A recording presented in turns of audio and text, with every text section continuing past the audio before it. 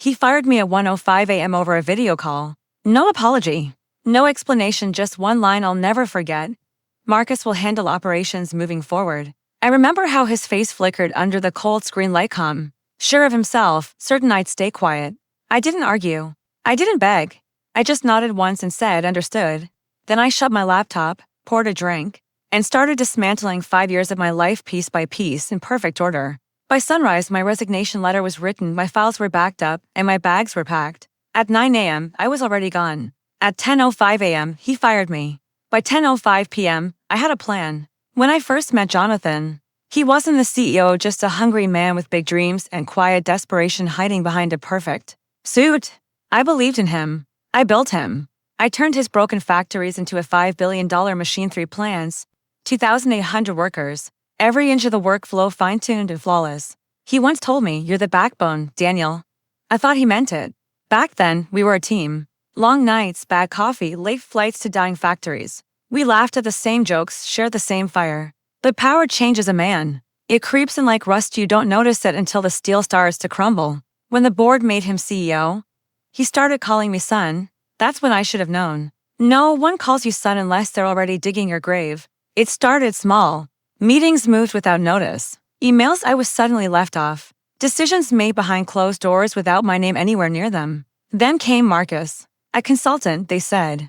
My replacement, I realized. He was younger, polished, full of buzzwords and fake smiles that never reached his eyes. I trained him myself, taught him the systems, the exact sequence of checks, logistics, and timing that kept those plants alive. He took notes like a student but watched me like a hunter. One night, I saw Jonathan and Marcus in a closed-door meeting. Through the glass, I could see Jonathan's hands moving as he talked, Marcus nodding and writing things down. Between them sat my report folder, my numbers, my signature. That's when it hit me.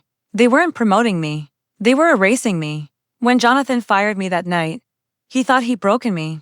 Thought I'd shout, curse, beg for mercy. But I knew better. Silence scares men like him more than anger ever could. I didn't delete my credentials.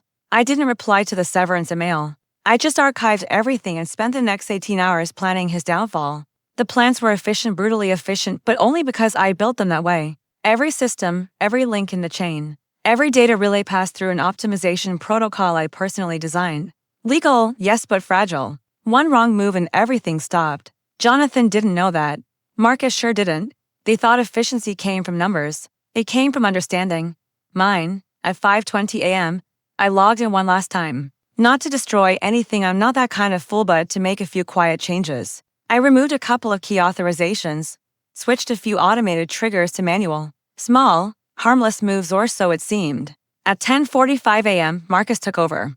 By 11:32, he sent his first all-staff memo. At 11:58, Plant 2 went down. By 12:11, Plant 1 followed. And at 10:05 p.m., all 3 plants stopped together. A perfect, synchronized silence. No explosions, no chaos. Just stillness, the kind that makes your chest tighten. At 10:06, Jonathan called. No greeting. Just heavy breathing. What the hell did you do, Daniel? I took a sip of my coffee. Nothing you didn't authorize. I need you to come back. We can fix this, he said, his voice cracking, something I'd never heard from him before. I'm afraid Marcus handles operations now, I said quietly. Remember, silence.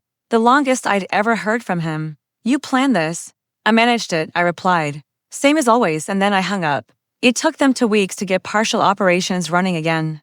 3 months to fully recover, but by then, the board had stepped in. Marcus was quietly dismissed. Jonathan was forced to resign for strategic oversight failures. I never lifted a finger after that. I didn't have to. The system I built responded to loyalty, not orders. I watched from afar as the headlines buried him. CEO's mismanagement leads to $1.2 billion loss, operational collapse sparks investor panic. Anonymous source confirms internal sabotage. He called me once more, months later. No anger this time. Just defeat. You win, he said. I almost laughed. I wasn't playing. People think revenge is loud, dramatic, explosive. It's not. It's quiet, precise, a knife, not a bomb. I never wanted his blood, just his acknowledgement. To hear him finally understand what he'd thrown away. And he did in that one broken sentence at 10:06 p.m. The moment he realized the empire he'd stolen couldn't run without me, that was enough. I don't regret what I did. I only regret trusting a man who mistook my silence for weakness. He forgot the first rule of power. The one who builds it always knows where the switch is. So when he smirked and said, Marcus will handle operations, I smiled because I already knew. He just handed me the match.